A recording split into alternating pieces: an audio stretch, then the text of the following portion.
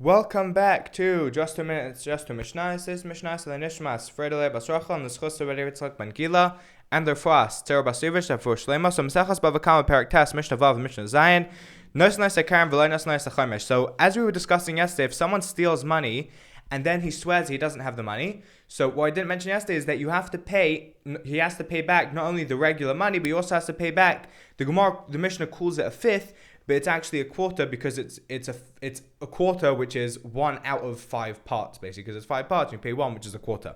So we'll say I'll call it a quarter. So if he pays, if he pays up the karen, which is the main part, which is the amount that he stole, and he didn't pay the quarter, if he paid, if the guy who was stolen from forgave the main part, but he didn't forgive the quarter.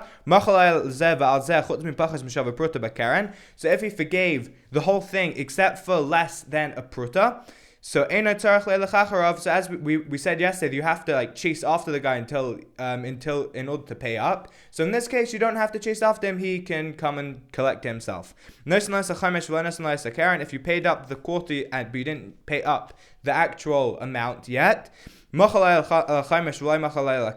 if he forgave the quarter but he didn't forgive the actual amount, again, if he forgave he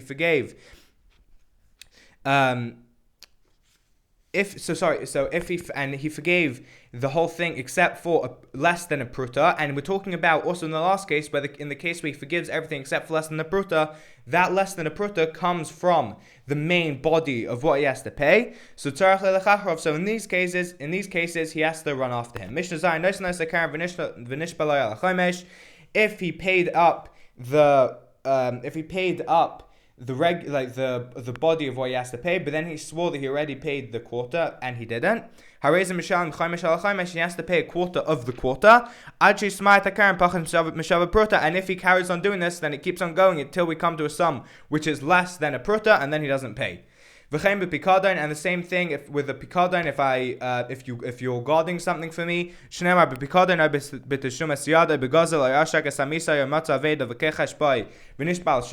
pasuk it talks about multiple things, including if you find someone's lost object, and also two of the things is that if someone leaves a pikadon by you, meaning they give you something to guard, or if you owe them money and then you lie that you don't have it, so you have to pay karen v'chaimesh. You have to karen v'chaimesh v'asham. You have to pay karen, the amount that you stole, and chaimesh, and a quarter, and an asham. You have to bring a carbon asham. You have to bring a burnt offering.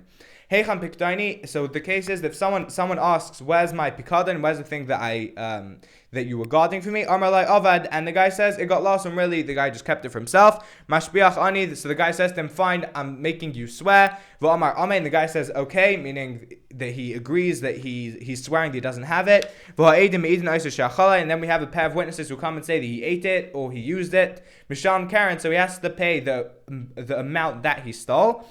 But if he admitted it himself, so then he has to pay the whole thing. He has to pay Karen, he has to pay the amount that he stole, and the quarter, and also he has to bring the carbon asham. And those are today's Mishnayos.